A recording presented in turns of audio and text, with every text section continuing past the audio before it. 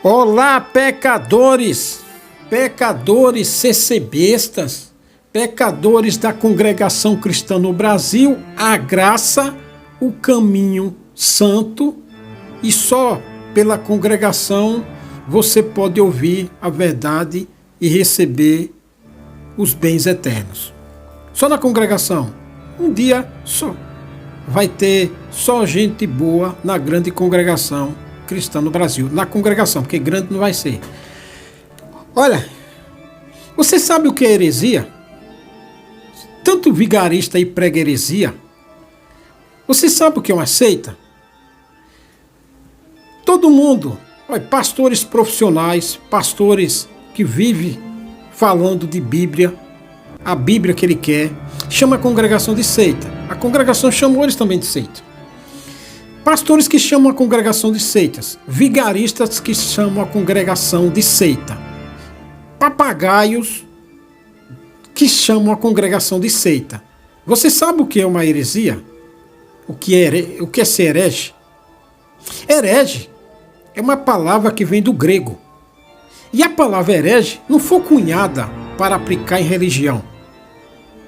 Não, porque como os gregos não tinham nem ouvido falar de Cristo, os gregos, quando os gregos criou o debate, porque os gregos iam para a praça, os gregos eram muito idólatras. Cada cidade tinha um deus.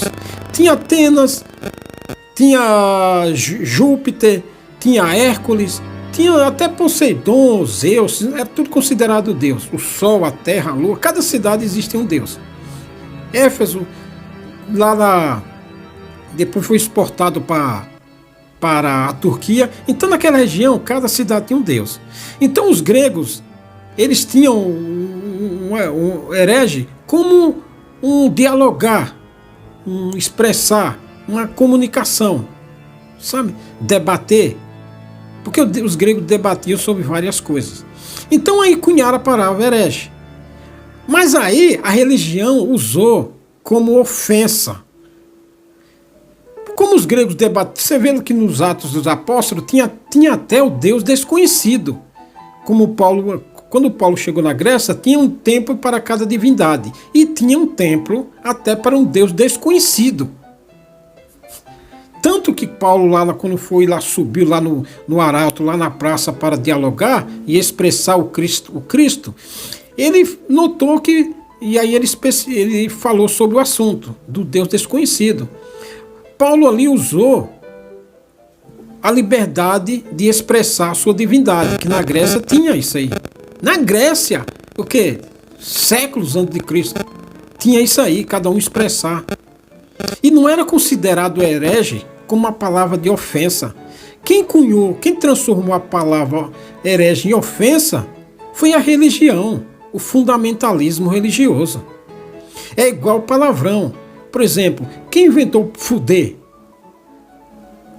Fuder hoje é um palavrão? Foi os ingleses que inventaram essa palavra lá uns séculos atrás. Sabe? E aí a indústria pornográfica pegou a palavra e botou na pornografia. Mas as origens da palavra não foi com esse sentido. Quem cunhou? Olha, heresia. Herege é uma ofensa, um desrespeito a uma religião. É uma doutrina contrária aos preceitos estabelecidos pela igreja. Então qualquer igreja pode transformar um membro dela num herege. Basta esse membro dela, por exemplo, você vai numa igreja evangélica qualquer, você batiza lá, você segue ela lá. E aí se lá você começar a compreender a Escritura, a Bíblia, de modo que você acha que não está batendo com lá, o pastor lá, que é o dono da igreja, pode cunhar essa palavra em você, que você é um herege. E sendo você considerado um herege, ou seja, você está sendo contrário aos preceitos estabelecidos pelaquela igreja evangélica. Você é chamado de herege. E uma vez que você é chamado de herege, você tem um símbolo na testa como um inimigo para aquela igreja. E aí pode ser que você esteja certo, correto. Você viu que não está batendo uma coisa com a outra. E aí você é considerado herege. Você é herege? Só Deus vai dizer se você é herege. Então, o dono da igreja, o cara que criou a igreja, ele tem medo que você contamine, entre aspas, os outros, e aí ele quer expulsar você. E por que ele faz isso? Porque ele vai perder dinheiro se você contaminar os outros. Então o pano de fundo, meu amigo, é o dinheiro. Então quando um cara chama a congregação de seita, um cara que tem seguidores, que ganha dinheiro chamando a congregação de seita, o pano de fundo dele é o dinheiro. Então ele chama a congregação de seita, ele está fazendo uma sedição. Ele está ganhando dinheiro chamando a congregação de seita, que nem muitos pastores chamam a congregação de seita, porque para tirar a gente da congregação e levar para ele. E aí ele ganha. Mas a palavra herege foi criada assim, para ofender. Sabe? Então, quando o cara chama a congregação de seita, ele quer tirar a gente da congregação para levar para ele. E aí a pessoa que vai para ele acha que está sendo liberto. Não está. Ele só está mudando de cativeiro. E aí, se você for lá discordar dele também, ele vai te chamar de herege. Você antes, você estava na congregação, era considerado seitário. Aí você, quando sai da congregação, vai ser liberto. Vai ser ex-seitário. Aí você vai para ele. Se lá você discordar dele, ele te chama de herege. Porque o pano de fundo, o que ele quer é a grana. Ele quer vender livro, se ele for pastor, ele quer vender livro, ele quer pix, quer oferta, que é a mesma coisa de que ele acusou a congregação. E aí vai discordar. Se você discordar dele lá algum dia, e você vai, ele vai te chamar de herege. Ou seja, que você está sendo contrário aos preceitos estabelecidos por ele, contrários ao pensamento dele. Se for uma igreja, considerado contrário aos pensamentos da igreja dele. Você vai ser considerado herege também. E você, uma vez sendo considerado herege, você também vai ser banido, porque ele vai ter medo que você contamine outros que estão lá dentro.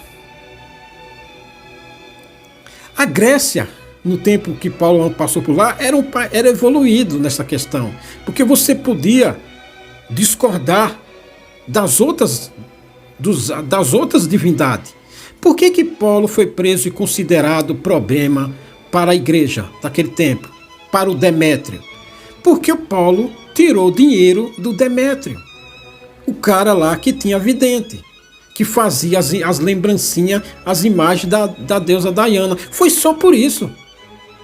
Quando Paulo pisou no pé do Demétrio lá, que tinha a vidente, que tinha o espírito de vidente, de adivinhação, aí o cara gritou.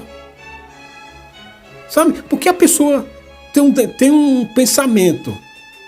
E aí, dialoga, debate. Mas se você tirar dinheiro, os ganhos, os rendimentos dele, aí ele grita, meu amigo. Mas caso contrário, a Grécia não achou ruim. Mas uma vez que mexeu no bolso... Entendeu? Então heresia é isso.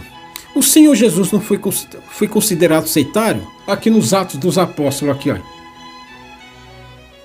Aqui, ó. Os Atos dos Apóstolos diz assim, ó. Vindo como que o Paulo perante o tribunal do governador Félix. Vou ler aqui. E 5 dias depois, o sumo sacerdote Ananias desceu com os anciãos e um certo Tertulo, orador, os quais compareceram perante o presidente contra Paulo. O presidente, o Félix, ele era o governador estabelecido pelo Império Romano para julgar as causas dos hebreus. Então ele era o todo-poderoso ali. Ele era o todo-poderoso ali. E aí ele foi acusado, o apóstolo Paulo, foi acusado de sedição pelos saduceus, pelos fariseus e pelos essênios. E por que os essênios acusaram Paulo? Por que os saduceus acusaram Paulo? Foi por causa da religião em si? Da doutrina em si? Não, foi por causa do dinheiro. Foi por causa do dinheiro. Porque aqui na acusação, porque tinha um... Aqui, ó. Mas, ok, sempre em todo lugar, o potentíssimo Félix, com todo o agradecimento, quereremos reconhecer. Aqui ele está bajulando o governador. Mas para que te não detenhas muitos, rogo-te que, conforme a tua equidade, nos ouça por pouco tempo. Isso aqui era o Tértulo, o promotor, o órgão acusador, o Ministério Público.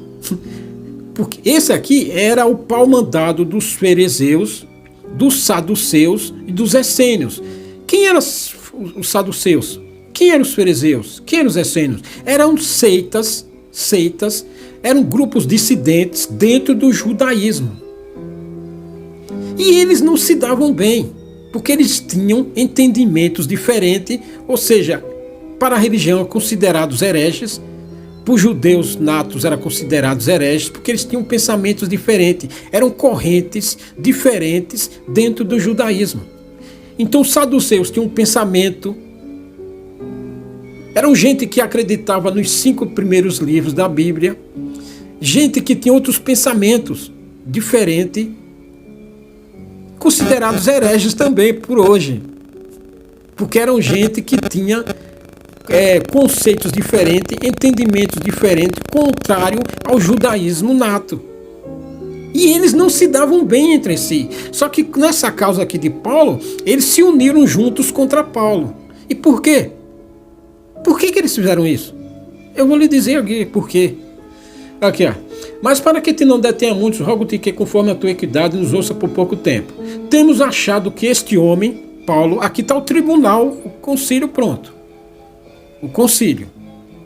O tribunal. Paulo está lá, sentado numa cadeira, está o acusador, o Tértulo, está o governador presidente e está o público. Como na Suprema Corte Brasileira, aquele lá. Temos achado que este homem, aí apontou para Paulo, é uma peste, chamou Paulo de peste, e promotor de sedições entre todos os judeus por todo o mundo. Por todo o mundo, Grécia, Turquia, sabe?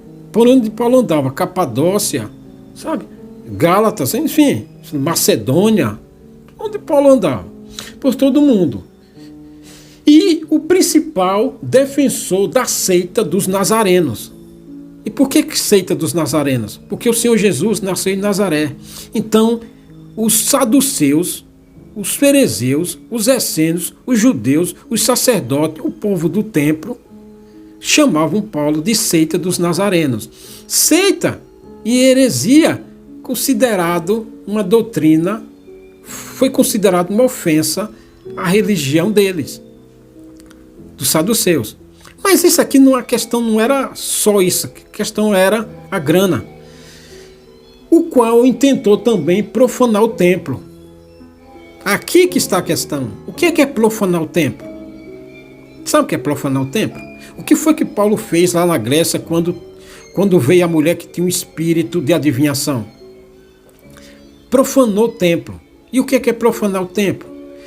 Tirar a importância do templo. Porque o povo dava dinheiro para a mulher que adivinhava por causa da importância dela, da credibilidade dela. E o que é que Paulo fez com o templo? Profanou, transformou o templo numa coisa profana, numa coisa comum, sem importância. E Paulo pregava que o importante era seguir a doutrina do Senhor Jesus. Era seguir os mandamentos do Senhor Jesus e não do templo. O templo nada fazia, nada pode. O que pode era a doutrina do Senhor Jesus. Era os estatutos, os mandamentos, a doutrina, o verdadeiro evangelho, o que o Senhor Jesus ensinou. Então, o qual intentou também profanar o templo, e por isso o prendemos, e conforme a nossa lei, o quisemos julgar. A acusação de Paulo foi essa. Porque o Paulo fez uma seita. O Paulo não concordava.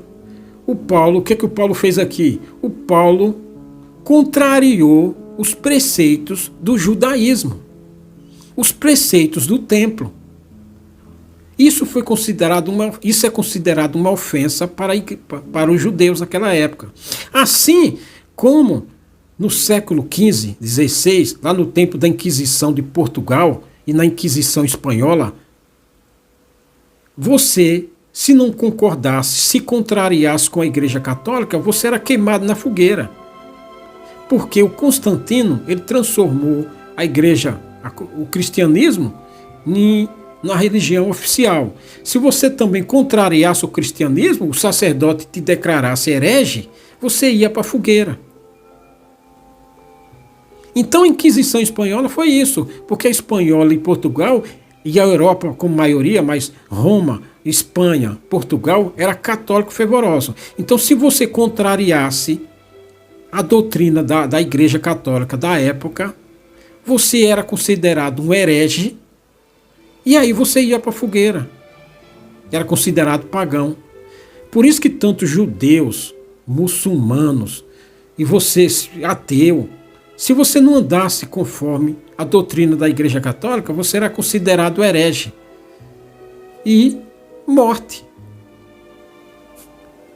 Entendeu? Porque você contrariou a ideologia da igreja, rejeitou a ideologia da igreja, rejeitava a doutrina da igreja, rejeitava a indulgência do Papa. Foi o que aconteceu com Lutero. Você era considerado herege, logo pagão, contrário à igreja e morte. Mas para Cristo não era morte. Tá? Então Paulo aqui foi considerado a mesma coisa, um herege, um profanador, um insurgente, um sectário. Mas sobrevindo o tribuno Lísias, Nolo tirou dentre as mãos com grande violência. Então tiraram na força o Paulo do templo. Que Paulo, profanando o templo, falava para o povo, dizendo, esse templo aí não significa nada, esse templo aí é obra feita por mão de homem, o verdadeiro templo somos nós que somos templo do Senhor Jesus, está aqui a doutrina, está aqui o evangelho, faça isso aqui e não precisa você ficar indo em templo queimando incenso, sacrificando ovelha, boi e cabra e etc. Faz isso aqui, crê no Senhor Jesus, batiza em nome do Senhor Jesus, em nome do Pai, do Filho e do Espírito Santo, segue Ele e você possivelmente ganhará a vida eterna. E aí o povo ainda estava continuando lá no templo, sacrificando, queimando incenso. Isso, profanar o templo, por quê? Porque cai a renda. Cai a renda. E quem era os saduceus? Né? Quem eram os saduceus? Os saduceus era uma seita, era uma dissidência dos judeus e era os homens de alto escalão econômico, social e influente entre os judeus. Eles eram endinheirados. E eles era quem mantinha o templo, era quem comandava o templo. E aí Paulo chegou e contrariou, foi considerado de herege, de sectário. Sabe? Porque a questão de fundo é a grana. Então quando a pessoa cria uma ideia, chama a congregação de seita, ele está querendo criar essa ideia para ganhar dinheiro. Porque quando a pessoa fica só falando que a congregação é uma seita e que é herege, ele não tem conteúdo. Quando eu ensino aqui, eu não chamo ninguém de sectário, de herege. Eu ensino aqui o quê? A você andar num caminho reto e você praticar a justiça, a verdade no caminho da retidão, ter equidade, ter bom senso, ter ser misericordioso, piedoso, cumprir os mandamentos, cumprir o que está escrito no Evangelho. Então eu ensino o que está escrito no Evangelho. Eu não fico chamando ninguém de sectário, nem pastores lá. Gente que fica só nessa é porque não tem conteúdo. Chama a congregação de seita como se fosse uma ofensa, crava na congregação que ela é uma seita, para as pessoas saírem e ir para ele. Se você chegar lá e discordar dele, também vai lhe chamar de herege, que na verdade ele quer é o Pix, é a coleta, é dinheiro, ou vender livro e oferta, sabe? Gente sem vazio é que fica assim, chamando os outros de herege e de sectário. Ensina o evangelho. Ele não sabe, ele não quer, porque o fundo ele quer é grana. Então os saduceus eram elite da posição social e econômica do templo. Paulo chegou, profanava e aí a renda ia cair, porque a viúva lá já não ia no templo, já não deixava lá sua moeda e a renda do templo ia cair. E quem eram os fariseus? Então os saduceus eram a elite do templo, sabe? Eram os endinheirados. E quem eram os fariseus? Os fariseus eram opositores dos saduceus. Eles eram opositores, eles não se davam bem. Mas nessa causa de Paulo, eles se uniram. Porque o inimigo em comum era Cristo em Paulo e dos apóstolos. Tanto que a perseguição aos apóstolos não foi feita pelo Império Romano. Não, foram feitas pelos saduceus, da descendência dos saduceus, dos fariseus, dos essênios, dos sacerdotes, sabe? Dos judeus e das suas descendências, das suas facções judaicas. Não foi pelos romanos. Os romanos, meu amigo, ele queria só os impostos em dia e não queria motim nem barulho. Os romanos queriam os tributos e a estabilidade política. Não queria saber de Cristo, de religião, de sectário, de Jesus Nazareno, de Paulo, não. Eles só intervinham quando a coisa parecia que a briga dos judeus entre as facções parecia querer sair do controle e causar tumulto no império, aí eles vinham e... sabe? Mas os romanos não estavam interessados nisso, em debate bíblico, religioso. Não, eles queriam os tributos e a estabilidade política, paz no reino. Só isso.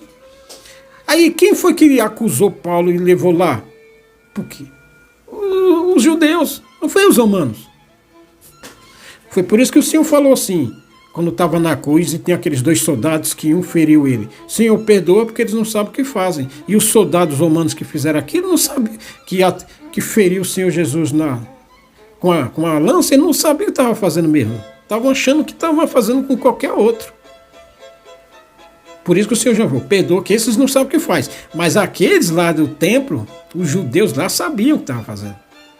Aqueles lá, o Senhor Jesus não falou assim, não perdoa esses aí não, que não sabem o que faz. Não, eles sabiam. Mas os 2 soldados lá não sabiam mesmo o que estavam fazendo. Por isso que o Senhor falou assim. Aí as pessoas pegam essa parte da Bíblia e acham que todo mundo não sabe o que faz. Os saduceus eram uma descendência. E eles eram uma facção, uma dissidência dos judeus. E eles também não se davam com os saduceus. Sabe? Era um judaísmo, Foi esses fariseus que criaram as sinagogas. As sinagogas foram criadas lá no Império Persa, quando os judeus, o povo de Deus, foram levados cativo lá para a Pérsia, para a Babilônia, e lá não tinha um templo. Então faziam os cultos nas casas. E lá eles criaram a sinagoga. Foi os fariseus que inventaram isso. Certo? Foi os fariseus que inventaram. E tinha os essênios. Os essênios eram um grupo, uma dissidência, que foi fundada lá para meados do século II. Tudo ali, só que eles foram tudo dizimados na queda, nos anos 70, na destruição de Jerusalém. Todo esse povo foram eliminados. Todos eles foram eliminados, essa seita judaica aqui. Foi tudo eliminado. Então eram dissidências lá do 2 séculos antes do Senhor Jesus. Sabe? Já vinha tempos. E ele foi mencionado, eles tudo dissidente. Então todos eles eram templários, porque o templo dava dinheiro. O templo atraía gente do mundo inteiro. Vinha gente da Etiópia, da Grécia, de Roma, da Turquia, da Líbia, sabe? Do oeste da África. Todo mundo vinha para o templo. Até a Etiópia lá, que é lá para dentro da África, vinha para o templo e dava dinheiro. Tanto que lá tinha câmbio, banco. casa de câmbio para trocar dinheiro de todas as moedas. E quem ganhava esses dinheiro? Os saduceus, os fariseus e esses essênios, que comandavam o templo. Eles trocavam dinheiro e ganhavam dinheiro trocando dinheiro. O sacerdote e o templo ganhavam sua moedinha, ganhava a moeda em templo na moeda da Etiópia. Então o cara vinha lá com 10 moedas da Etiópia para dar no templo. Trazia a moeda da Etiópia. Quando chegava no templo, trocava pela moeda judaica ou pela moeda romana.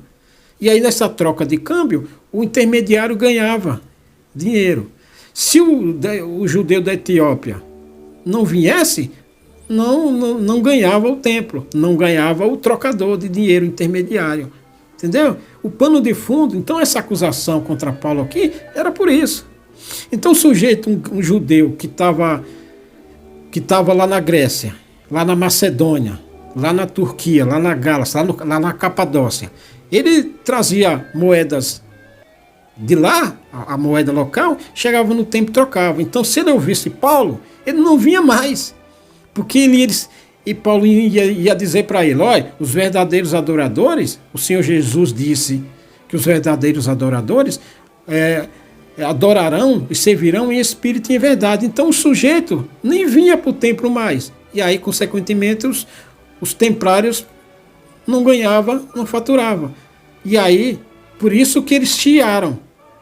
Paulo está fazendo a gente ter prejuízo aqui, está deixando a gente de ganhar aqui. Aí montaram um esquema e foram lá acusar Paulo perante o governador Félix, que era o manda-chuva ali, do Império Romano.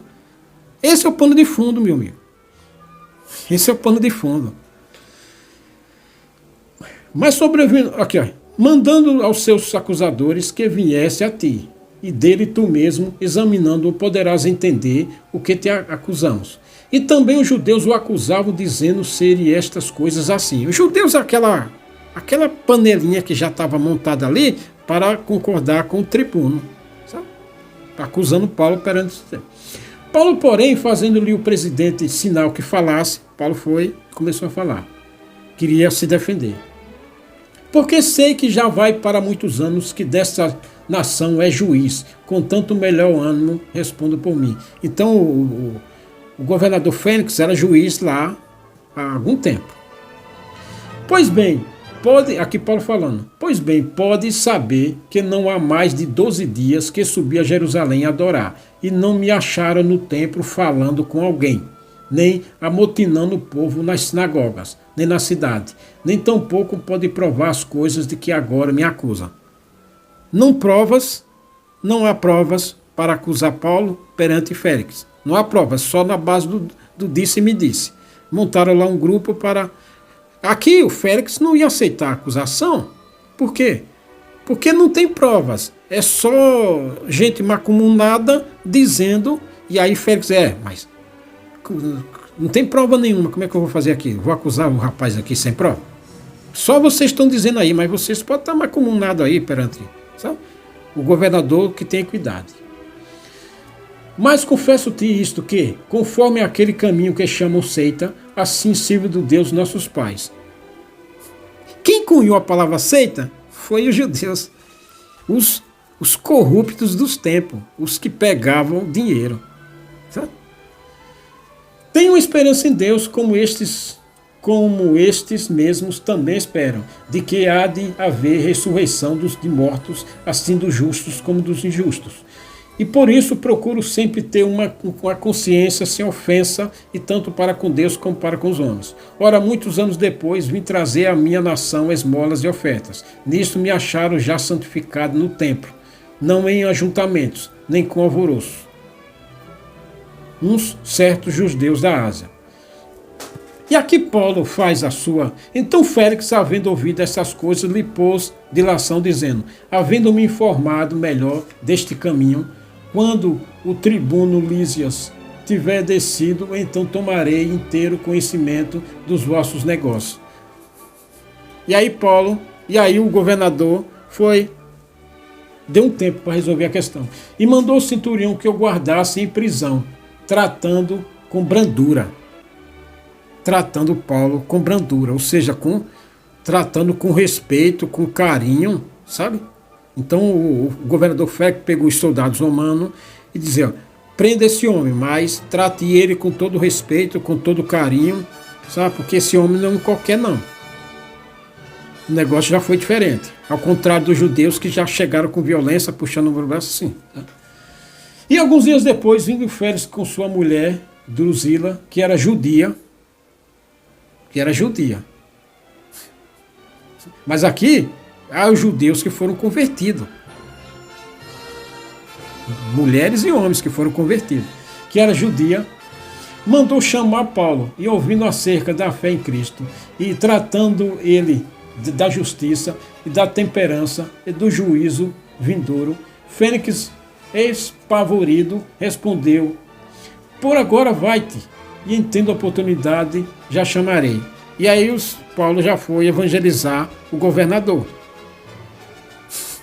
E o governador no princípio, com as palavras de Paulo, já ficou cabreiro. Falou: esse Paulo aí fala diferente, esse homem aí. E aos poucos que ele ouvia o Paulo, ele já ficava, mas o coração dele já amolava. Por quê? Porque o Senhor já estava transformando o coração do governador. Então, você ouve uma coisa, você ouve que a congregação aceita. Você vem aqui no YouTube, ouve isso, ouve aquilo. Mas se Deus te der o dom, você não vai na conversa vagabunda dessa turma. Então, congregação aceita. A congregação só pega heresia. Na congregação não tem evangelho. E não tem mesmo. Por enquanto não tem. Nessa geração perversa e maligna não tem. Mas há uma verdade. Há um caminho. Então, alguém vai pregar esse caminho. E aí, quem ouvir, vai ter a fé e vai fazer que nem o governador. Vai sentir. A congregação aceita. Não, a congregação não aceita, não. A congregação não tem evangelho, mas você também não prega. Não, mas agora lá vai ter um dia, vai chegar um dia que lá vai ter evangelho. Esperando ao mesmo tempo que Paulo lhe desse dinheiro para que o soltasse, pelo que também muitas vezes o mandava chamar e falava com ele, achando que Paulo ia dar um dinheiro para soltar ele. Tá? Mas, passado 2 anos, Paulo ficou preso 2 anos. Foi nesses aqui que Paulo escreveu as cartas. Paulo ficou 2 anos na prisão. Foi aqui que Paulo escreveu as cartas.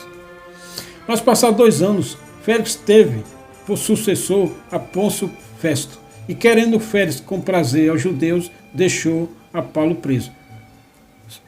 Félix, só para jogar dos dois lados, deixou Paulo preso, não soltou. Aí passou o pepino para outro. Tá? Vou parar por aqui na escritura, depois, quem sabe um dia eu volto, mas o que eu quero dizer é o seguinte: o pano de fundo que as pessoas chamam a congregação de seita é por interesse. Ele quer um gado para ele. Ele quer que a pessoa saia da congregação e vá para ele. E aí ele fatura. Porque ele não quer pregar o evangelho verdadeiro. O evangelho verdadeiro que ensina a ressurreição, que ensina a renunciar, piedade, misericórdia, compaixão, praticar obras. Então quando você vê um cara, um vagabundo, um vigarista dizer que não precisa de obras, é porque ele quer deixar as coisas bem fáceis, um caminho bem aberto, sem precisar fazer nada. Ele quer te levar para lá, porque em vez de você dar o dinheiro na congregação, ele quer aquele dinheiro. Você só está trocando de lugar. Então, em vez de você dinheiro dar no templo, você dá para ele. E aí lá você vai haver só lambição, que você está salvo, que Deus te ama, que Deus te ama do jeito que você é, que o Senhor não faz acepção se você pecou aqui, pecou acolá, o que você já fez, se você é divorciado, se você é isso e aquilo. Não, lá com Ele, Deus é bonzinho para você, lá você vai ter salvação do jeito que você é. Então Ele só quer que você, em vez de dar dinheiro no templo, dá para Ele. Aí Ele vende livro, aí Ele pede seu Pix. É isso que Ele quer. Esse é o pano de fundo. Então o cara taja a congregação como aceita, como heresia, como não tem evangelho, e aí vai lá, e aí você sai da congregação e vai para lá. Em vez de você dar dinheiro no templo, dá para ele. E ele lá vende o livro e faz o comércio dele e lucra. Esse é o pano de fundo, meu amigo. Porque o evangelho verdadeiro, ninguém quer pregar. Porque o evangelho verdadeiro vai ensinar você a ser bom, ser justo, ser misericordioso, ser uma Tabita, ser uma Débora, ser uma Ana, ser uma Maria Madalena. Ser o João, tiver uma túnica, tiver duas túnicas, dá uma que não tem. Fazer obras, praticar obras. O evangelho é praticar, não só crer, mas praticar, porque a fé sem as obras é morta. O que eu sempre falo aqui, e sempre vou falar, a fé sem as obras é morta. Se você ter fé no Senhor Jesus, não praticar as obras da fé, você é morto. Você só é crente da boca, na lábia, na língua. Mas se você não praticar... Então, o vigarista, o estelionatário que diz que a congregação aceita, ele não vai falar isso. Que a fé sem as obras é morta. E está escrito que a fé sem as obras é morta. Mas ele não vai nem ler isso aqui. Porque ele quer que você vá para lá e dê o dinheiro para ele. Então, a congregação aceita. E aí taja a congregação como aceita, como uma coisa ruim, para te levar para lá. Mas chega lá e não vai pregar que a fé sem as obras é morta. Porque ele é um vigarista, porque ele é um comerciante. Pegou a visão aqui do Cavaleiro CCB? É essa aqui, meu amigo. Até a próxima.